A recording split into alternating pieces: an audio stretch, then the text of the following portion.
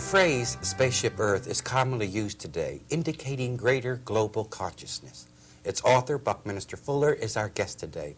He is known throughout the world for his innovations and insight into our universal existence.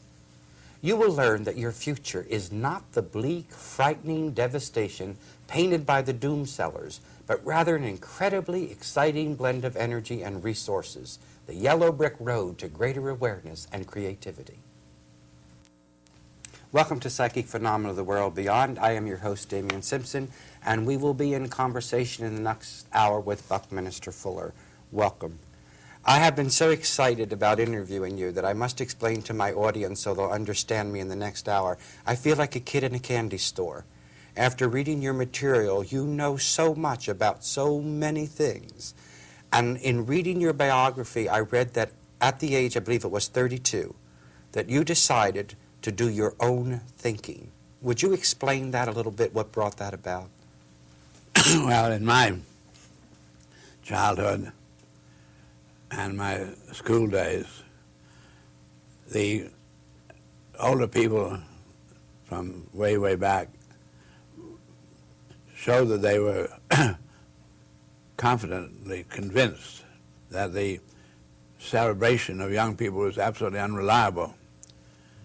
My father died when I was quite young, and my mother would say, "Darling, never mind what you think, listen, we're trying to teach you."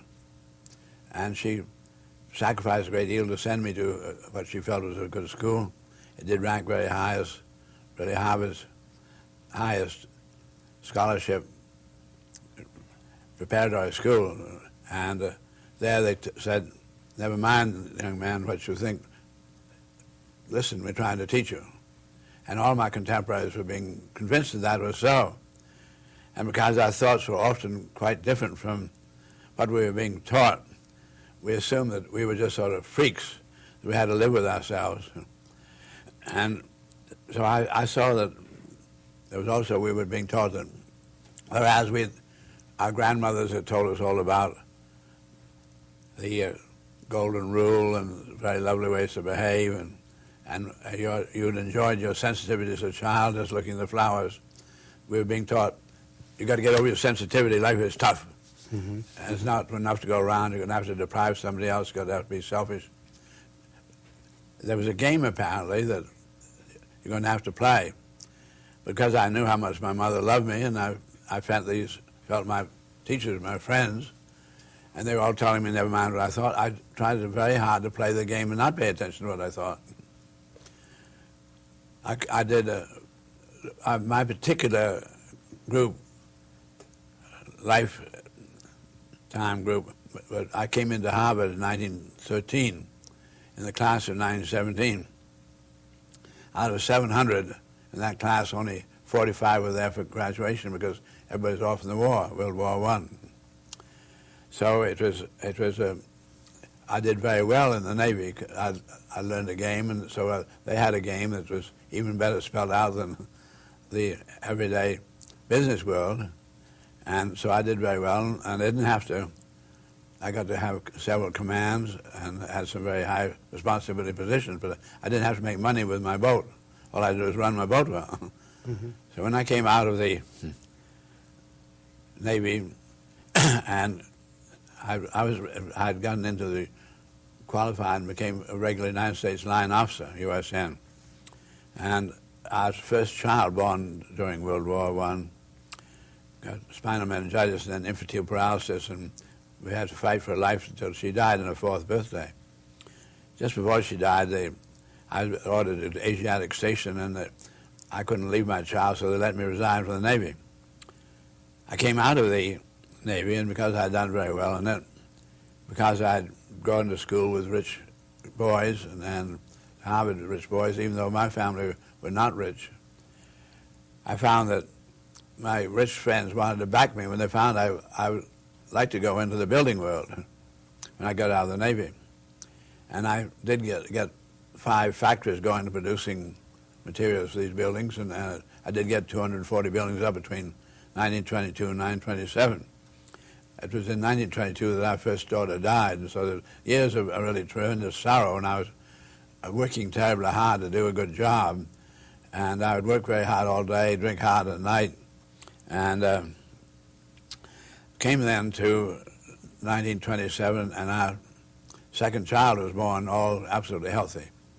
And that was a very extraordinary moment. And just at that moment, I got to the point where I had lost all my friends' money that had all backed me, and I'd gotten up some good buildings, but I just couldn't get around to making money.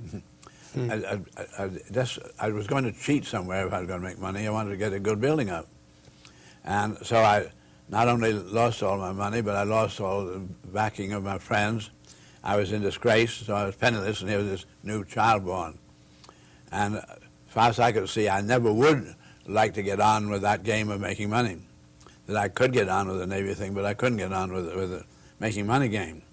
And I just didn't have that hard thing you really needed to suddenly do the other fellow. And so I said, I think I better do away with myself. Or if you're going to do away with yourself, you better do some thinking about it. And up to this time, I've always said, never mind, I've been taught, never mind what I think, learn the game. And I said, the game has turned out to be one I can't get on with.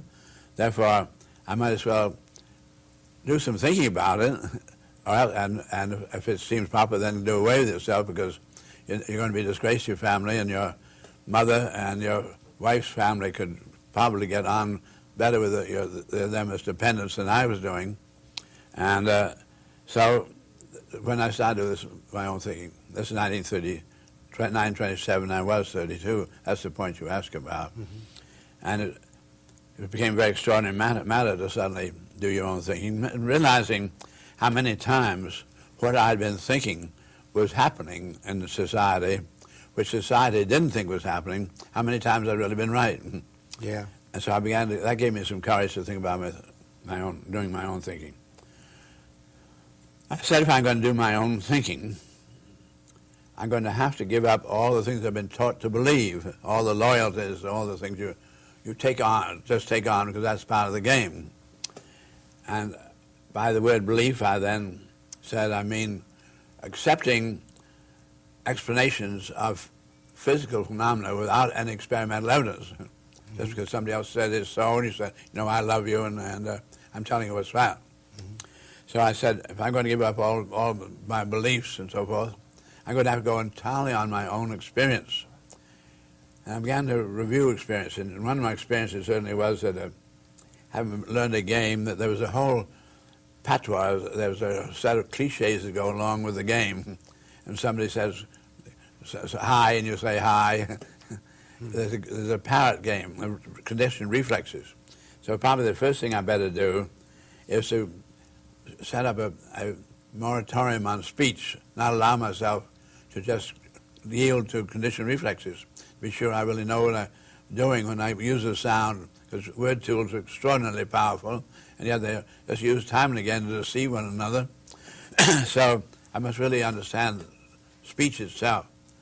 And so I went in for pretty much of a moratorium. I couldn't make a complete one because there were necessities of my wife and child, but from time to time I'd have to speak. But my wife tried to cooperate by doing all the things where she could talk to the butcher or answer the telephone, whatever it might be. So we were penniless, and this brought me to the realization that all my contemporaries were committed to how to earn a living. And I said, I think that's, they said, remember, whether you like it or not, you hope you'll earn it in the way you like, but at any rate, you got to earn a living. I said, I think we ought to be looking into what's my experience teach me needs to be done, which, if attended to properly, can bring success for all humanity, and if left unattended, might find all humanity in real trouble. What are the things that nobody else is attending to because they're too big? I saw all the great nations, all the political systems were dividing up. 150 nations are dividing up about 1/8 of the earth, which was propitious for support of life. They were looking out for themselves. Nobody's looking out for the total spaceship Earth.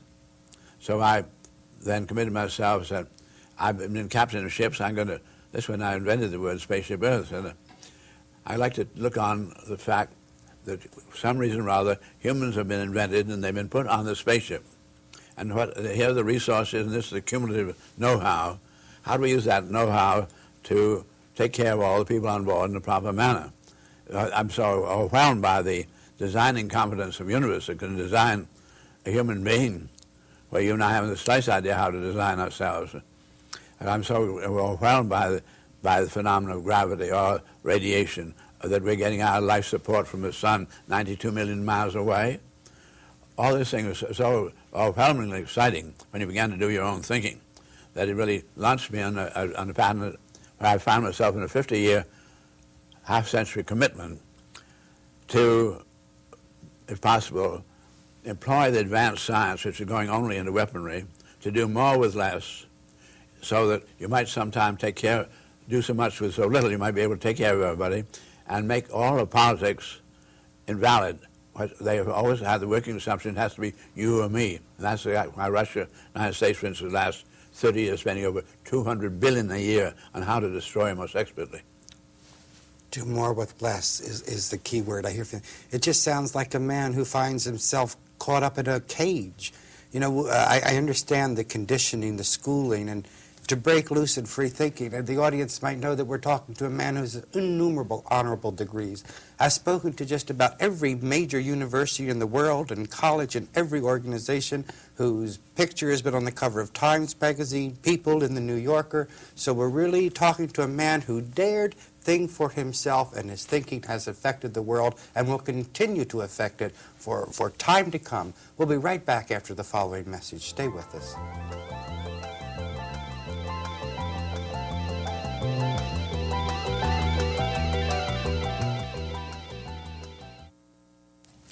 You started by saying that you wanted to commit your life as it is now to humanity, to making the planet a better place to live. I want to go back to the first segment where you state that you did not speak unless you were spoken to, and you answered what you were asked. This made you aware of the power of your word. I would imagine, I spent some time, so you would understand me, in a cloistered monastery, where one does not speak, there's no radio, there's no television, there's no communication with the outside world. And the minute one stops communication with the outside world, communication with the inner world begins. Now, it is very difficult for the monastery I was in to be aware of the fact that I was communicating with an inner world with ideas and thoughts that did not fit, as you said, the game pattern. Okay. In the building industry that you were in, now that you are coming forward, doing your own thinking, because, as you said here, obviously you had nothing to lose. You were penniless. The point is whether you should take your life or not. Every man that I've interviewed, or woman, that I totally respected, have always faced that experience of taking their own life. And I would even admit to including myself. There comes a point where you deal with the world, you know the world's thinking, you cannot relate to the experiences within the world, and it's either better to either play the game or get out of the game. But that always seems to bring a rebirth experience, a reborn experience again. I think scriptures say, be born again by the renewal of your mind. Would it be fair to say that of you, that you were born again from this period by the renewal of your mind, bringing forth your own thinking, your own innovations? I say that as a retrospective statement. Mm-hmm. At the time, I said the only validation of my not doing away with myself would be to turn all my experience entirely over to others and not ever again work for me. Mm-hmm. If you're really going to be thorough about that. But that is what I want to be so thorough it's really about. a powerful commitment. Yes, because there's where a lot of people today, Mr. Fuller, do not understand what they can do with their life and have no reason for existence. And I think that in the simplicity of your statement, you're telling people what to do that don't know what to do, is to, if you're going to keep on living, then turn your life over to the benefit of humanity. Turn it over to some good. There were complications that go beyond what you're saying here, or just making a commitment. Number one, I was 32. The life insurance company's prognostication for individuals, males born in 1895 when I was 42 years of age. That's life expectancy. I was 32, so I only had 10 years to go by the average. And I said, what can a little individual do in 10 years with 3 billion human beings on our planet? Obviously, I'm not going to get anywhere asking people to listen to me. That's just exactly when they don't listen. That's one of the things I really have learned. Mm-hmm. The only way I think I can ever be effective on behalf of human beings is that if you're doing your own thinking, to realize the way you and I are designed, the way you and I behaved, is completely the consequence of the environment we find ourselves in. We're in the biosphere. The biosphere on this particular planet. All organic biological systems are average 50% water. Human beings are 60% water. Water freezes and boils within very small limits. If you went outside of our biosphere, you'd immediately freeze to death or burn up. So I said, the way we behave is then this environmental control, and we eat these things because they're available. We don't invent them. We breathe this air because it's available.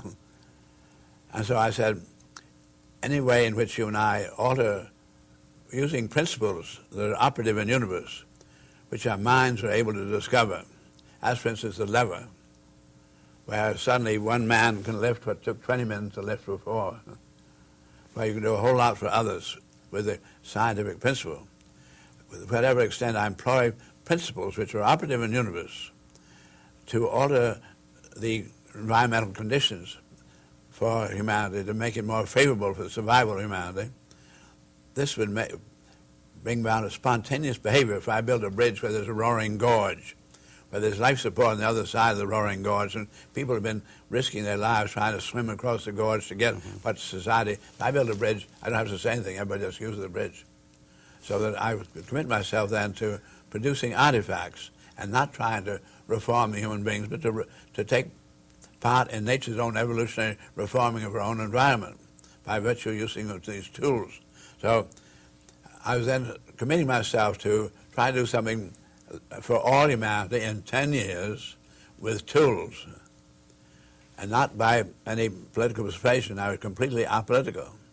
I said, all right, this means then I'm going to need a great deal of capital capability, machinery, resources to produce the tools, and then certainly in quantities that are going to affect all humanity.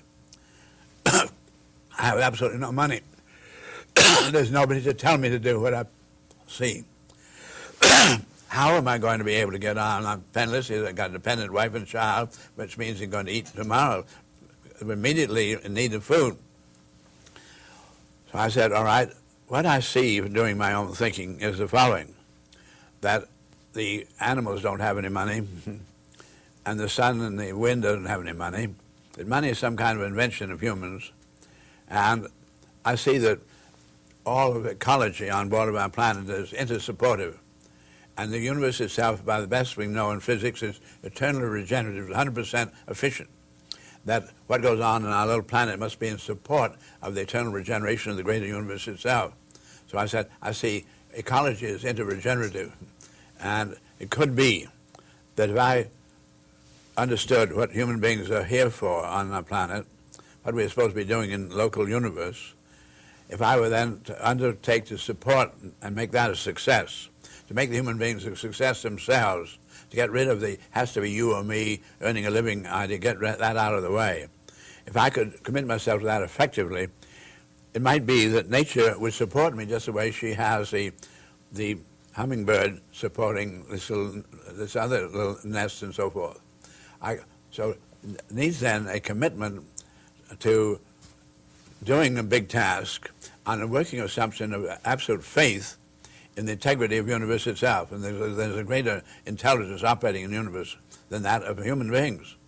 And that if you'll commit yourself to a faith in that, you may find that you can get on. But somebody has to make an experiment. And you're ideal for it because you are penniless and you do have the dependence. So my wife was game to try it. So this is what we did, commit ourselves. So that's now 52 years ago. And I have been able to I have over 200,000 geodesic domes around the world today. I've gotten out a great many books. I've been able to produce a lot of artifacts for a better way of seeing the Earth and a better world map, things like that. And I've had to say that only the impossible happens. I've been up against miracle after miracle. Just when I need things at the critical moment, just the last critical moment, then I have what I need. It's been this is sort of appropriate kind of information to come on your kind of a program where we're really talking about some of the great mysteries of the universe.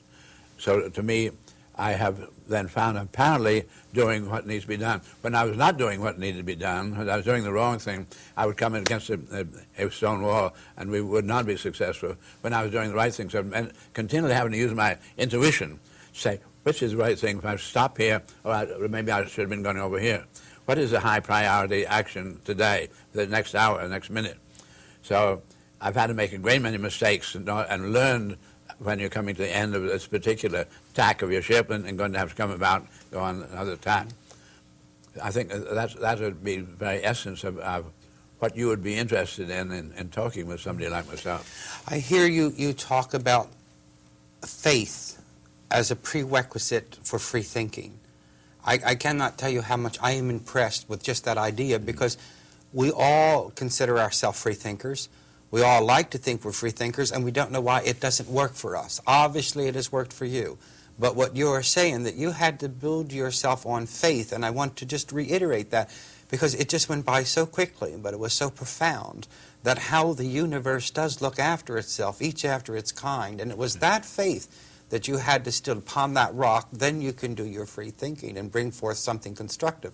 The other thing that I want to point out for my audience in this segment, that I want to pull out of what you're saying, is the ability to alter your course without losing your faith. Because when many people have to alter the course of their structured thinking, because even free thought can get structured after a while. You can caught up in your own structure of your own free thought. But you seem to have the ability to even alter your course without losing your faith. Well, what I had to continually realize when I was in trouble, and my trouble tended to say, tend to me, trouble, I said, who am I? I don't know anything. I've got to learn over and over again that you're nobody.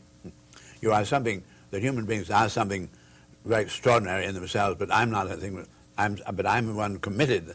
There's a function in the universe to be performed at this moment in history. So stop the idea that you're up to you to solve these problems. Commit yourself to faith that it will be. So it's continually yielding that your what seems to be big to you is not really big, and really to yield to the bigger need. And don't be preoccupied with the negative. Be preoccupied with the constructive. The alternatives. But you have to do that on absolute faith that just everything's going to come out all right. Forget the trouble. Go to work. A lot of people say today, we have 1 minute. A lot of people say today that we're headed for the end. We're out of oil. We're out of everything. And as we said in the beginning of the show, there are these doom sellers. I would be so bold to make a statement, not to put that statement on you, but religion has become $1 billion business on televangelism in this country, selling doom. And yet you're a man, as a free thinker, sees a wide, wide world ahead of excitement, of energy, of new life, of new birth, of everything coming that's exciting. So your message must be more important now than ever. One of the most important things in my commitment was that I never become the head of a cult. That I must always just remember it's just a little me. I'm not a special Messiah. Well, there you hear it. When a man, as you said, people will use the bridge if you don't tell them it's there. We're in conversation with Mr. Buckminster Fuller, and we'll be right back. Stay with us.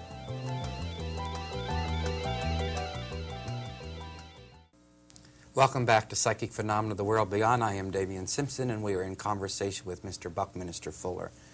On the onset of the show, I was telling Mr. Fuller that all night I felt like I was a kid in a candy store with a penny, and here was this whole case of candy, because you have used your mind and your ability for free thinking to look into so many things, not only the universe, but on the way in the car I was reading a paper that you were doing on mammals and prehistoric man and how the family unit developed, and I figured that when I was a kid in a candy store, and after I paid my penny and I got the candy, and I went outside and I tasted it, I always wished I had taken the other candy. You're the first person I talk to. It is not a disappointment. I spend my penny and you sure do deliver the candy. It's like eating a whole plate of fudge. I want to just the audience to slow down for a minute, to hear the philosophy, not only the philosophy, the psychology, the way of life that you're talking about, because you're relying on the ability as a self-totally created unit. I'd like to speak to you a moment about the domes, because the domes seem to be a very important part of at least your publicity or what goes before you. What brought about the construction of the geodesic dome and its importance to you? Well, I told you that I had committed myself to solving problems with artifacts and not by social reforms or religious rules. And so one of the commitments then was to employ the most advanced science that was only going into weaponry and to apply it to the home front to see if we couldn't do so much with so little in the environment of the life that you might be able to take care of everyone. And that did end up in the geodesic structures, which do vastly more in the way of environment control than any other form of structure in the universe. In fact, it's such an important form that you find the protein shell of all the viruses with the DNA, RNA control of life are inside geodesic spheres as a protein shell. So nature is using this for her most precious information control is using the geodesic. I didn't know that. I built a great many geodesic domes. They've been photographed, published a lot. And when I heard from a great scientist in England, Dr. Klug, who was at the Birkbeck College in London University, and he wrote me about having read and seen pictures of the geodesics, and he said he was investigating with the X-ray diffraction the protein shells of the viruses while these other people were going on with their discovering the DNA, RNA, and so forth. And he said that the mathematics of the X-ray diffraction photographs indicated they had some kind of nodes that were similar in their arrangement to a geodesic dome. So I was able to send him the numbers of the nodes would always be what they call frequency of modular subdivision of the total system to the second power times 10 plus the number 2. About 5 years later, the virologists had a world meeting in America down Long Island, and they published in the front page of the New York Times the fact that my formula had explained the protein shells of all the viruses. But the point was I had found it mathematically how to structure, do the most with the least, and so it came out pure logic that nature was also using the same thing, because I found it mathematically. Nature had the mathematics itself. Anyway, that's enough about that for the moment. That was the point. And incidentally, about publicity, I've never had any publicity agents or anybody. I don't have any agents of any kind. Nobody's allowed to promote around me. Yet, in our archives in Philadelphia, we have during this 52 years of project, there are over 34,000 articles written about my work by somebody else, which have just come naturally because what I was doing was attending to what needed to be done. I'd like to go back more right now to what we were talking about a little earlier, and the commitment to of a human being as an experimental undertaking to see whether if you did what nature wanted done, you would find yourself getting on instead of doing what the system said you ought to do. And that because that had not been proven, I now represent a 52-year demonstration that apparently it can be done. I'm not saying to anybody, you just peel off from the system. I'm saying that you have to see something needs to be done that nobody else is attending to. But you're going to take a whole lifetime and commit yourself to it then. That's all right. Because the minute anybody else starts to do what I am doing, I walk away from that. All I want to be sure is being attended to. Now, I also want to come back to that faith business, because what I said to myself when I began to do this thinking and realize that if I was really committing myself, and I would be supported by nature, and I was committing myself to trying to make human beings a success, I'd be in the great design of the universe itself. You would unwittingly come into knowledge that very incredibly important, of utter importance, actually right in the universe's own problem solving. So I said, can you be trusted as an individual if and when you begin to find you're admitted of great knowledge and you begin to apply it to solving problems of humanity, are you confident that when that happens you won't suddenly be Mr. Big? Yeah. Can you really trust yourself to always remember you were a throwaway? The only reason you're doing this is you're a throwaway. It's not you personally at all. You're demonstrating what any individual really could do if they're not overwhelmed by the system, and really become completely inspired by the integrity of the greater regenerative universe itself. So I really am glad to say here we are in the air, that I have found myself trustworthy, that I have not committed myself, allowed myself to, as I said earlier, be a cult leader and never to get out making money. Enormous amounts of money come my way today. I don't never ever try to do anything about money making or saving it. All of it must go immediately back into research, so that for the last 20 years I've been able to command enough credit to do about $250,000 worth of research and development each year. That's when you're really knowing your way around, can be tremendously effective. So I've been able to get an enormous amount of technology realized by virtue of this. I like very much being with you, and there was something I put in the fourth part of my book, Synergetics, which is my discovery of nature's own coordinate system, which science is not using, and science is using very esoteric, very awkward and mathematical language that 99% of humanity can't understand, all on assumption that we are in a flat world going to infinity, and x, y, z coordinates perpendicular, parallel, were all logical, etc., etc. Nature is not doing that. She's doing things divergently in radiation, convergently in gravity. She grows this way. She doesn't go parallel and perpendicular. And so I have found it, and I did publish it. In the foreword of that, I put the words, "dare to be naive." And really, the thing that really makes it very pleasant being on the program with you, I saw really committed to being daring to be naive. That's the only way you'll ever learn anything. You made a statement in your book that you have to remember, I don't know if it's in your book, it's in my notes, that neither you nor I know anything about everything, that we really don't know all there is to know about anything. We must approach it that way. I like what you're saying about remembering. You see, people get a cause, whether it's just within their family or whether it's within a community or whether it's in the world, and they forget that that cause was born out of not knowing what to do with themselves. And your statement, remember that we're a throwaway, and that I have to identify to that, you see, because I reached a point of my life where I have to say I was throwaway.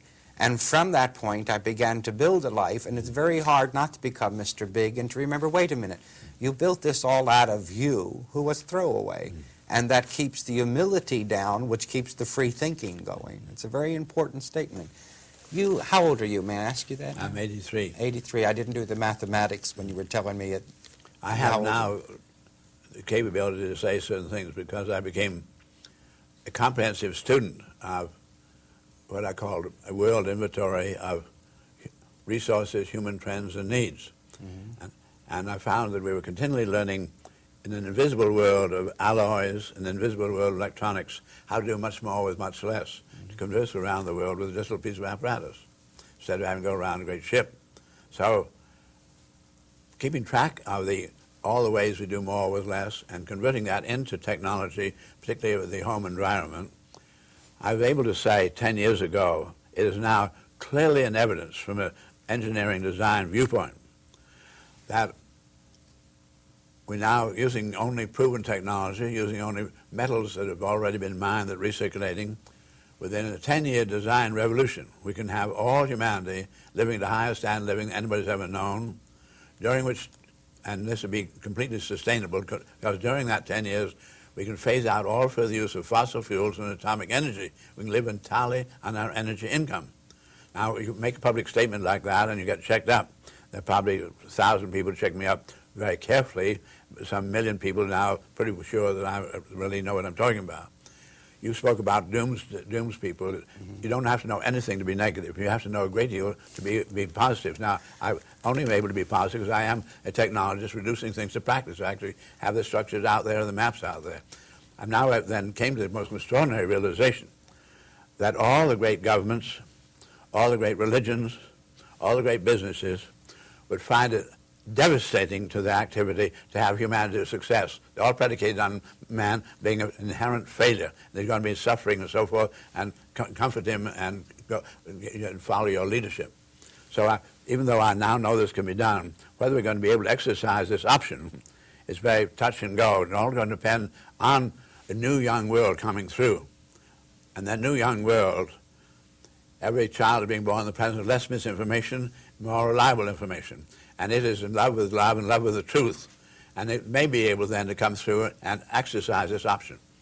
In watching interviews recently on the air over great controversies of religious organizations, I heard heads of these organizations states that doomsday and gloom is what sells. And if they preached a liberal doctrine or freedom doctrine, that they would not collect the funds and they would not have the support.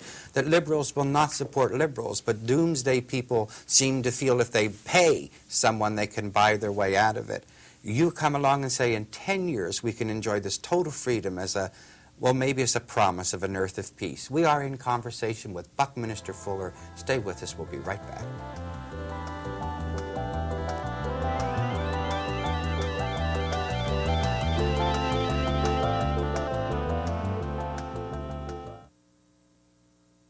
Welcome back to Psychic Phenomena, the World Beyond. We are in conversation with Mr. Buckminster Fuller. And during our break, you said that you would like to say something at the opening of this segment. Well, before I get to saying what I wanted to say, I have listened to your commercial, and I'm usually very annoyed by commercials. Mm-hmm. And I saw that you felt it sort of was off our course. Mm-hmm. But it really wasn't, because I think if humanity...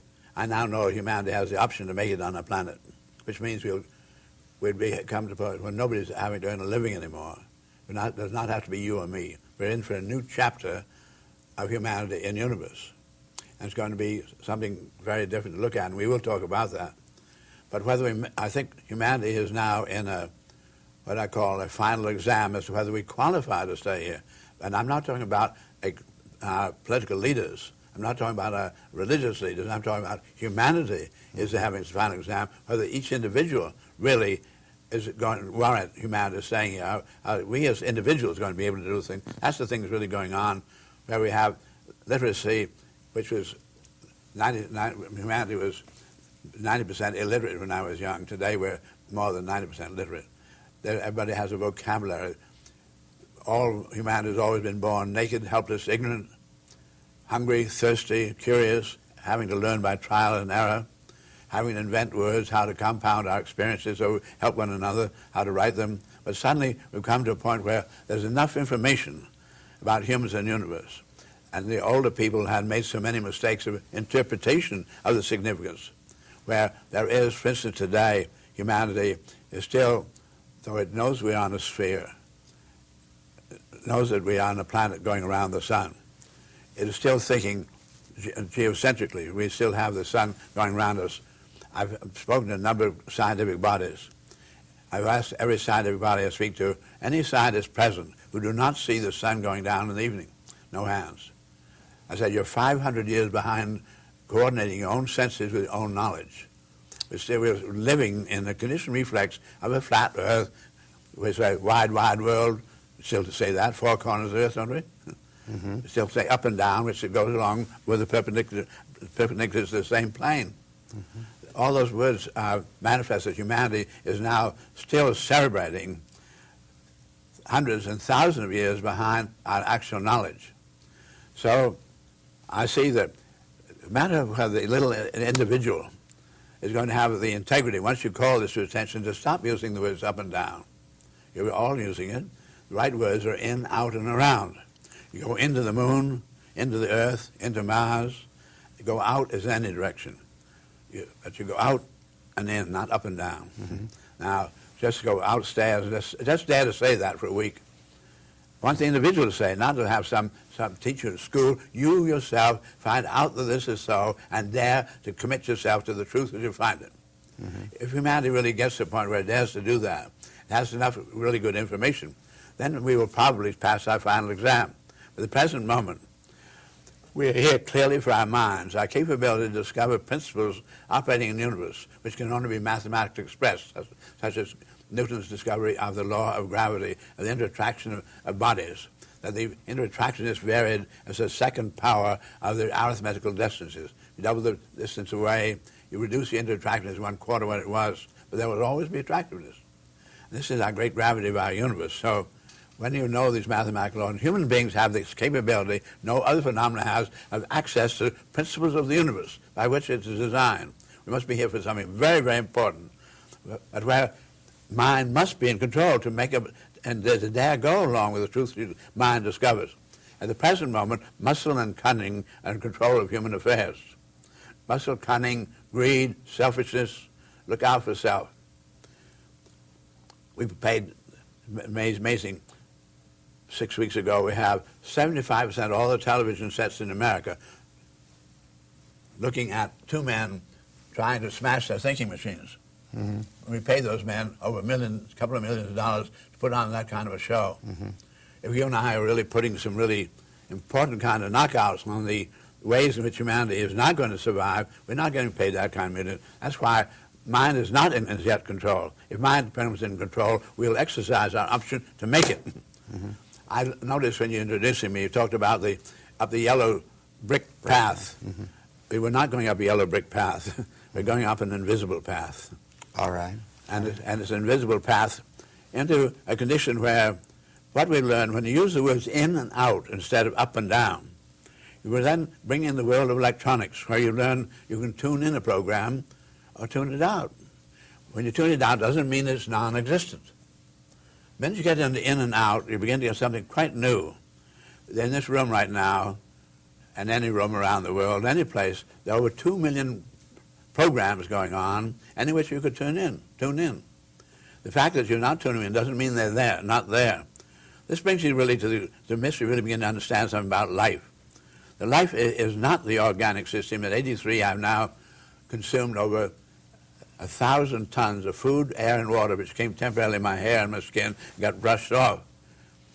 I'm not yesterday's vegetables. I am something that's absolutely weightless, and you're something absolutely weightless. We are great programs of integrity, of a capability to support the integrity of eternally regenerative universe. And we're here for that purpose. And if we're not in support of the integrity of eternally regenerative universe by using our faculties to gain local universe information, to solve local universe problems, then we're going to fail our exams. Mm-hmm. So the big story out here right now is we are living in an incredible mystery. And the more you learn, the more you know how little you know, and the more mysterious it all is. How come? How come the extraordinary integrity of eternally regenerative universe? And the more tiny you are, but you realize you have some of that great mystery in you, and you've got to make it available to others. Now, I would say, I'm talking about a universe where we're going to realize for the first time what man thought of as physical is not physical. He made the mistake long ago of saying animate and inanimate, but both are physical. Animate was warm, soft. Inanimate was cold, hard, stone. Alive and dead. So then, and we got into biology, and we began to discover within biology there was something called chromosomes and control of design. We pursued that even further, and finally we got down into the virus and got into tobacco mosaic virus and virology in general, and there we found the DNA and RNA control. In that world, they're not just virologists, which is an entirely new kind of category, but they're nuclear physicists, mathematicians, biologists, geneticists. All of them so busy with excitement about this design control, they've not been taking inventory and talking to humanity about the fact that what we now call then the virus is also a crystal. It consists entirely of atoms and completely inanimate. What you consist physically of nothing but atoms, and atoms are inanimate. What is inanimate is clearer and clearer. What is animate is less and less clear. But we were all this time saying life is something in that animate, in the physical. Now we've learned by weighing people when they die that whatever life is, no weight is lost. And science says that anything that is physical is weighable, either electromagnetically or gravitationally. What I'm trying to then bring about is clarify anybody listening to us that quite clearly now we know that whatever life is weightless, is metaphysical. It's not a matter of animate and inanimate. The physical is completely inanimate. Mm-hmm. And anything about you and I that's physical, that's not life. You and I are using this telephone receiver, transceiver, but we're not the telephone. After 83 years of life and being a free thinker, are you pleased with the evolution of man? Do you think that man is evolving properly? Are you happy about that? I'm astonished by it. I'm amazed in my life the fact that we really are at the brink of success for all. In the brink of success for all. Then there's just really... Physical success. Physical success. Obviously, in your statement, you believe in life after life then. I told you I don't use the word belief anymore. I am convinced by the evidence. By the evidence. That life is not the physical. Mm-hmm. Therefore, we're all inherently immortal. I have talked to a lot of people, and I feel that I have spent one of the most inspirational hours of my entire life with you. And any part of me that was down or not sure has been reaffirmed and reassured by your presence, and I'm sure that I would tell you that in behalf of the entire audience that has watched this show. And I think all humanity is better for your life, even though you might consider yourself a throwaway. Your throwaway has given our seed hope. This is Psychic Phenomena. We have been in conversation with Buckminster Fuller. May the force be with you, and you know it's with you when you realize you are the force. Till next week, God bless you. You are one fantastic man.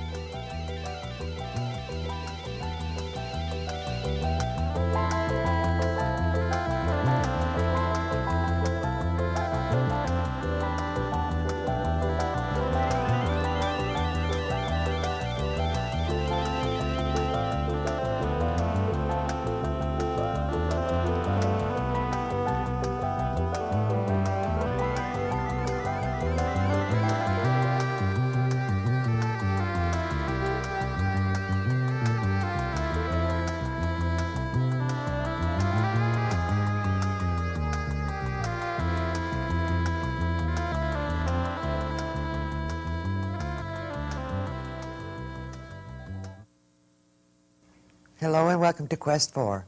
My name is Gene Vance. 20 years ago, Damien Simpson created a program called Psychic Phenomena, The World Beyond. It was a program that was so far ahead of its time that it was almost to the point of being radical. But many of the people that he brought into the foreground are now stars in the metaphysical world. Many of the people who came on that show who were absolutely unknown, but today are almost household words. Damien was so good at what he did, and he believed so greatly in this field. He believed in what he believed. He believed in the universal mind. He believed in spirituality. He believed that all people were one. He believed so many things, and so many of us feel that his work was so important that we truly must continue with his work. Damien's sudden transition was a shock to most of us.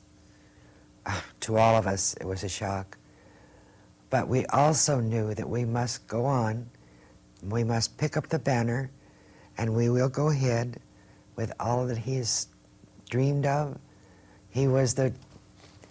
Damien was the architect of the dream, and we are the builders. We want to continue on. We want to go with what he taught us, what he believed in, and what we believe in so dearly. Some of the shows you will be seeing are some of the shows that he did in the early 80s, and they are just as up to date today as they were then, simply because they were so far ahead of their time in that period. The show was sold to New York, and it was such a hit that we just had letters coming in by thousands from people all across the country who were so pleased and so happy to find out that there were other people out there who felt and dreamed and believed the same that they did. Now we had to go on and change the name of the show, make it a different show, because it was sold. Now the show is called Quest 4, The Human Potential. It is still the same principle, still the same idea. still the same belief system, still the search for new ideas, still the imagination that goes into thinking and believing and stretching of your mind. We want to continue on, and we hope that you will continue on with us. Please stay tuned as we go forth with these shows. Thank you.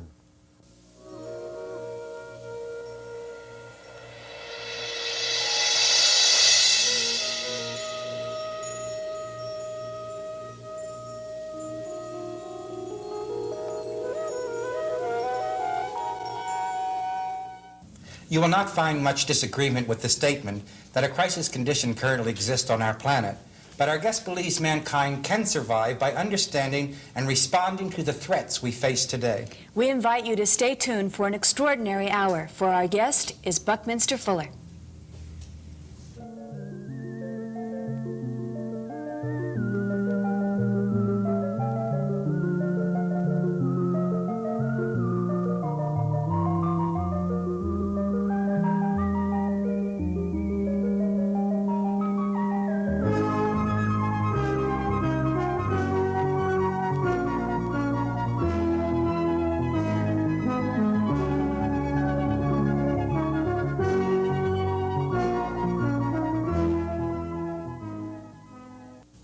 Buckminster Fuller has gained recognition as an inventor, designer, philosopher, and poet, and is perhaps the best-known American thinker alive today.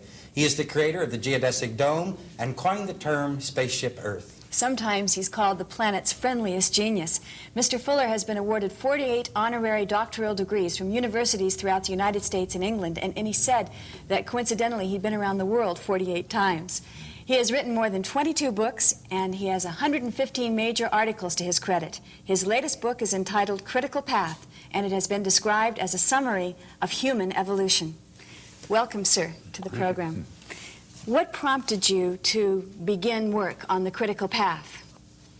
Well, the crisis itself, plus a long pursued attempt to see how to solve problems with, not with politics, but with, and guns, but with artifacts, ways in which we could alter the environment, physical environment, to make it more favorable for humanity, by virtue of which humanity could behave more favorably towards one another.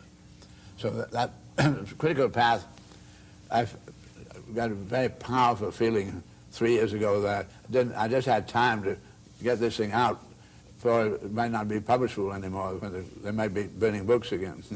You think it's that critical? Very much so. I think we're absolutely at the brink at all times. The question really, in minutes. I have a map of the world I'd like to show you rather quickly. And this is the only map of the world in which you can see the whole world at once without any visible distortion of the relative shape or size of any of the parts. It also, you can show it as one world island and one world ocean. So here it is, and it's a north and south world and not an east-west world of the old Mercator maps. So on this map, I show 100 little white dots where each is 1% of humanity, where humanity really is. For instance, it's 60% here in China and India, 34% in Africa and Europe, and only 12% over here in the Americas. So that the most important thing about this is that there are now 50,000 atomic bombs poised, ready for delivery. If they went off, if any one of them goes off, there's a computerized retaliation, and they'll all go off. And quite clearly, all humanity is all through just like that. So here we are, trembling on that brink, with all kinds of different authorities who might be able to push such buttons. Question, how do we avoid doing it? What could humans do themselves? You and I personally, we don't have an authority, do we? You don't know anybody has an authority. The President of the United States has authority here, but you don't know just what kind of council is going to move that man. Mm-hmm. You don't know how many other heads of states might push buttons. Anyway, what we can do about it is, as far as I can see, number one is we are I say, how and why were humans included in the universe? That's the next thing. And we were very extraordinary because, in contrast to all known other living creatures, many creatures have brains, and brains are always coordinating the information of the senses. But we also were given minds, and human minds have the capability from time to time to discover relationships existing in the universe that are not in any way detectable by observing any one of the special cases. For instance, here we have this picture of the heavens. Kepler, extraordinary mathematician, astronomer, back in made this extraordinary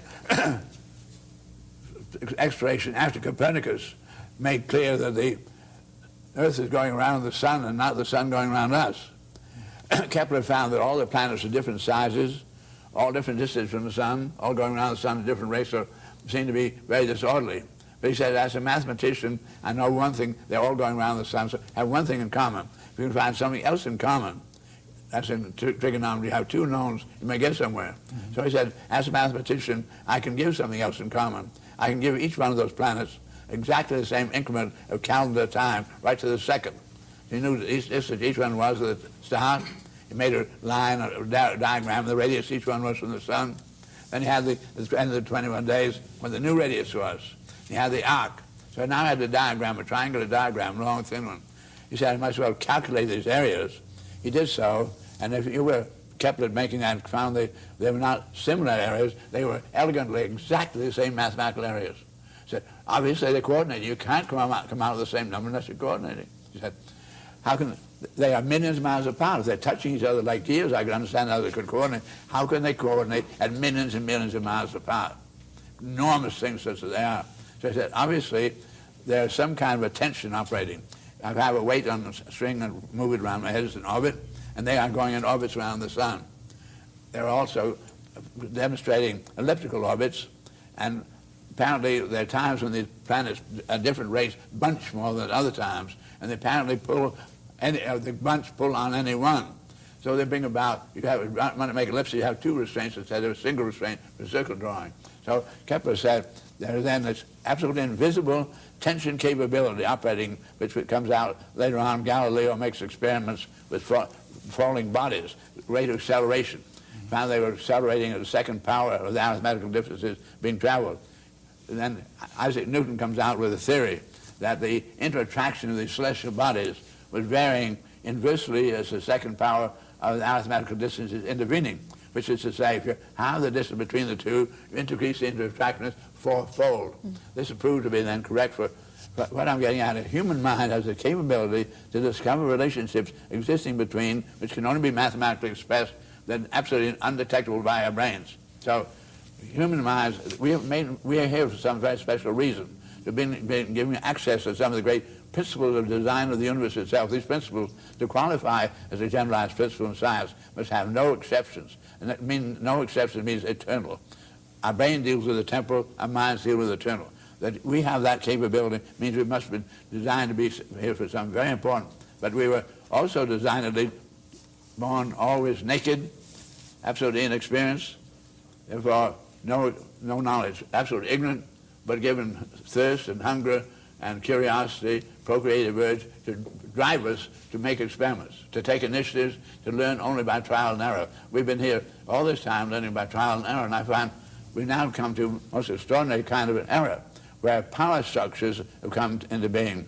People who are stronger physically are able to overwhelm others, and they said, you must make no mistakes. We got our rules, and if you make mistakes, we're going to punish you, which takes away from humanity the right to learn by trial and error. Anyway, they also then got to the point where they say, we are supreme and we're infallible, and we get to the point where we have power structure. The most important mistake we've ever made was to assume that the power structure was God instead of real God. And by real God, I don't mean a person, but I mean the great intellectual integrity governing all the great designing. We didn't design humans. We didn't design planet Earth. We didn't design all the 2 billion galaxies we now have discovered. We didn't design atoms. We didn't design anything. But we have an ego that seems to feel if we don't solve the problems. So when you ask me about the crisis, I say our ego is in the way right now. We kind of think it's up to the politicians to solve it, and nothing could go worse than that. If we dumped all the machinery and technology we have into the ocean, within 6 months humanity would die. If we dumped all the politicians all around the world in the ocean, everything go along very nicely.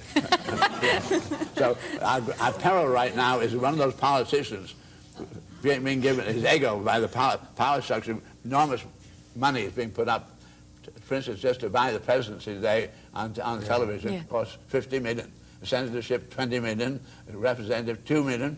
And so this is completely corruptible. We have now where the power structure is of the enormous money of the world is running affairs in the United States and much of Europe and so forth. So the question is, what can a little individual do? Number one, the little individual can dare to be absolutely truthful with himself.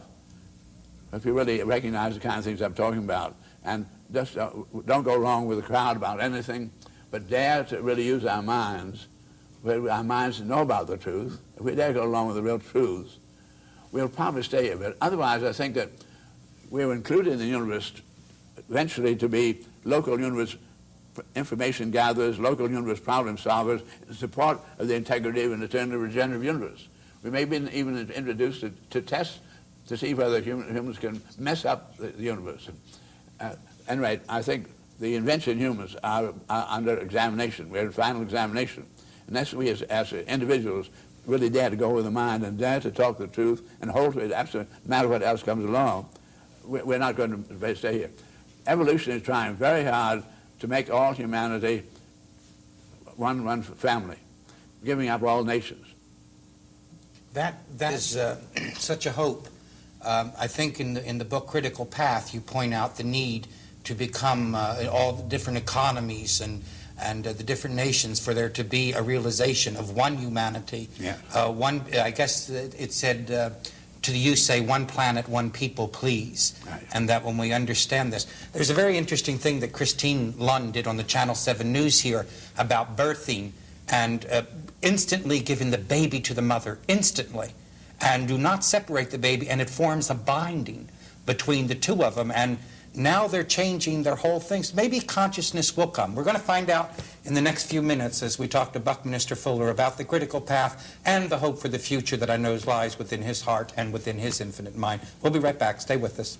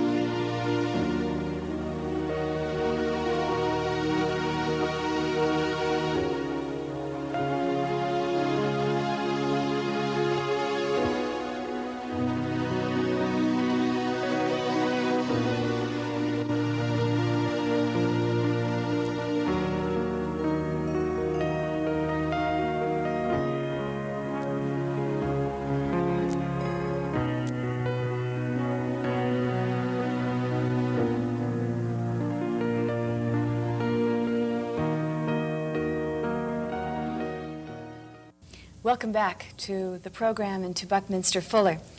Mr. Fuller, I'm sure you're familiar with Thurber, the poet and the cartoonist, James Thurber. Yes. And he has a cartoon called The Last Flower, which is quite popular. Do you know it? It's a picture of a flower, and it says, when all the world wars were over, all that was left was one flower and one man and one woman. And they got together, and they had a family, and then that family had family, and then they created industry, and then they created governments, and then they created armies, and then they had a war, and when it was all over, the last thing that was left was one flower, one man, and one woman. Is there anything in your studies or in your philosophies that points to the fact that this evolutionary process of the world is just one continual cycle of we are here, we are wiped out, a new group comes, and it is wiped out? Or do you believe that we are the group that will continue? No, I would see the final one flower and the couple, and everything's radiation around them, just like Mars or any other very barren planet. I think very much what I said to you, that we're here for some very important reason in the universe, not just to be a man and woman making babies and smelling flowers. We're here with these beautiful minds. That's what we're here for. Mm-hmm. Many creatures have brains. That's not what we're here for at all. So I then would like to know something that I find very important. When I was born, reality was everything you could see, smell, touch, and hear. They used to have an expression, "I'm from Missouri, let me see it." Mm-hmm. And the year I was born, however, the X-ray was discovered. You couldn't see it. The same year I was born, Marconi discovered wireless. You couldn't see it. It did not come into play until I was 12 years of age. When I was 3, the electron was discovered. It didn't make any newspaper. Nobody thought that's going to be anything. Mm-hmm. Mm-hmm. Since that time, we've gone deeper and deeper into what we call the invisible reality, where we discover then each of the chemical elements has its own electromagnetic spectrum, wavelength, and frequency. And we've learned a great deal about the atoms and both macrocosmically and microcosmically. By learning principles of understanding refraction of light, we've been able to make the lenses by which we have the telescopes to go into the microcosm and the macrocosm. So we have extended ourselves to the point where when I was 28, Hubble discovered another galaxy. Since that time, we've now discovered 2 billion more galaxies, over 100 billion stars each. The rate of increase of information is just absolutely enormous. So we're dealing then in this great invisible reality. And in the invisible reality, you begin to know how the atoms behave, by which of our minds learn the principle, began to understand a principle that's so simple as that of leverage. We have then a fulcrum and a lever, and if the load, we come out one, you have what they call balance. Go out 2 increments, you have 2 to 1. Come way out in under the great lever arm, and you have an 18 to 1 or 20 to 1. All machinery and technology, gears, all made with these principles of what you call advantage, mechanical advantage. Anyway, human beings with their minds having access to these principles are now dealing in a great invisible reality where 99.999% everything is going to affect our lives tomorrow is being conducted in the realms of reality, non-contactable by the human senses. For this reason, the newspaper, the television, what we're doing here, the media can't get people to really understand. And people, we have what they call the power structure, and the power structure way back from just a big man, bigger than the others, has learned then to what's that? Don't let 2 men come, big men come in one side. Divide to conquer. Keep conquered, keep divided. So the muscle people made all the brain people specialists. So we have all these specialists in the blind, invisible area. So this invisible man can't see what's going on in the other one. So today, society doesn't realize something that I undertook, which was speaking about introducing artifacts which would control the environment. I learned, for instance, as you can, that the Earth is not touching the moon is not touching the sun, and so forth. Yet we all held together this invisible gravity that Kepler discovered. And yet we were making all of our buildings brick on brick, compression to compression. I found out where the wire wheel was a great breakthrough. And I said, can I find the principles? Sure enough, I've been able then to develop a structure where none of the compression members touch one another. You might say, well, what's going on here? I can't quite make it. It looks very complex. If you have a basketball and you put air in it, and you put a little more air, it gets harder and harder. The molecules of gas don't go to the center and explode outwardly. That would be vibrating. They go cascading around. They hit here, they hit here. They're trying to get out. They keep hitting the skin and carrying around. Now, each one of these sticks you're looking at here is part of that pattern. I want you to think about two swimmers in a swimming tank starting from opposite ends and meeting in the middle of the tank, doubling up their knees, put their feet against each other and shove off from each other. This is what engineering shows. Every action has a reaction. So each one of these sticks here represents a molecule, gas going this way with the reaction one going that way. They're trying to get out of the system. They're hitting not a vertical blow, but a glancing blow. So this is then the model of what the molecules of gas are doing inside the basketball. And this thing just bounces like the basketball. Now, I found out then how then to enclose space where we're dealing only in tension. The only thing that's continuous there is a little delicate, what we call dacron fiber, the kind you clean your teeth with. It's being held together entirely in tension, like as Kepler's world. So I found then when you do that, you don't have to have don't have all these columns and beams. You have absolutely clear span of space, absolutely unlimited. By virtue of this, all the geodesic domes have all the geodesic domes are made on this principle, and we'll find that I have them. There are now over 300,000 geodesic domes around the world, and they're enclosing space with so little that using the principles of doing more with less in the visible world, using the right alloys, been able to make it work. McCready made this beautiful Gossamer albatross, where a little man was able to pedal it, fly over the English Channel.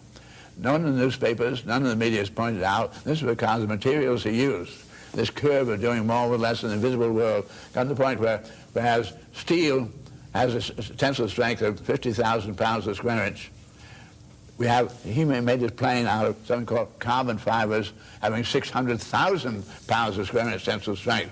It's so much with so little. His plane, the wingspan was 95 feet, yet you could hold in one hand 45 pounds. So I can tell you in the whole of technology and geodesic domes and all the invisible world, 1970 we crossed the threshold when engineering-wise we can do so much with so little. We took all the metals now going into the armaments and melted them up. We could within 10 years have all humanity living the highest standard of living anybody's ever known. That is, we have 4.5 billion billionaires, and we have to behave that kind of way. So I said there is an out. But that has to come out of people having the courage to say, never mind, I'm not familiar with that shape of how. I went through years where people said, I don't want to live in one of those geodesic domes. I want to have it look like a Cotswold cottage or whatever it is, some nonsense. So our conditioned reflexes are what's against us, and so I say, can you and I and all the young people and older people too begin to say, I dare to go along with the fact that is a better enclosure. So the touch and go is on the human integrity. Bringing you back then to the idea we're in the final examination whether we're going to stay here on the planet Earth or not. May I ask you a question before we leave for the audience's sake? Is this the book that deals more with the technology that you're talking about? No, that leads with all the geometries I've been giving you. Okay. There are 2 volumes of that. There's Syngetics 1 and Syngetics 2. Each one's about 700 pages. But thank God, I find this book is proliferating very, very rapidly. Both of them are. Thank And God. This is more philosophy for human evolution, isn't it? It's about everything. It's about speculative history of why we're here on the planet, the kind of thing they've been talking to you about from yesterday to today. Well, as I sit and listen to you, I understand how you got those 48 honorary doctorate degrees. I really understand that. I've always felt that inside of every man was a natural genius. If he'd shut his ears and his mouth for a while, he might get in tune with that natural genius. Obviously, you have. Would you discuss... I'm convinced you're right that every human being's born genius. Mm-hmm. And the loving fear of the parents that when the child demonstrates some of his genius and really being naive and exploring, they say, don't do that down, you get in trouble with the system. Mm-hmm. So we de-genius very rapidly. And luckily I got un-de-genius. I deliberately said I must do so. Didn't you keep silence for quite a while, or is that just a rumor that you were, at a period of your life, you just had nothing to say and said nothing? I had realized we were all parrots, and I'd learned all kinds of cliches and all. Just immediately somebody said this, I had to say, go skidoo, whatever it was. Mm-hmm. And my darling wife is with me here today, out looking at this, doing this. We'll have our 65th wedding anniversary in 2 weeks from now. Wow. And she was willing to let me for 2 weeks 2 years. She did the talking to everybody that had to be talked to, so I could be silent and get over my conditioned reflexes of stupid things to say. Well, as we said in the beginning of the show, that is the most loving genius on this planet, and it would be an extraordinary hour. And I value those 2 years of silence, and that was a great gift of your wife. And I'm sure she joins you in what you're sharing with our planet today. Mr. Fuller, God bless you. Thank you. Sir. God bless you, down people. And to all of our audience, see you next week. Stay in there.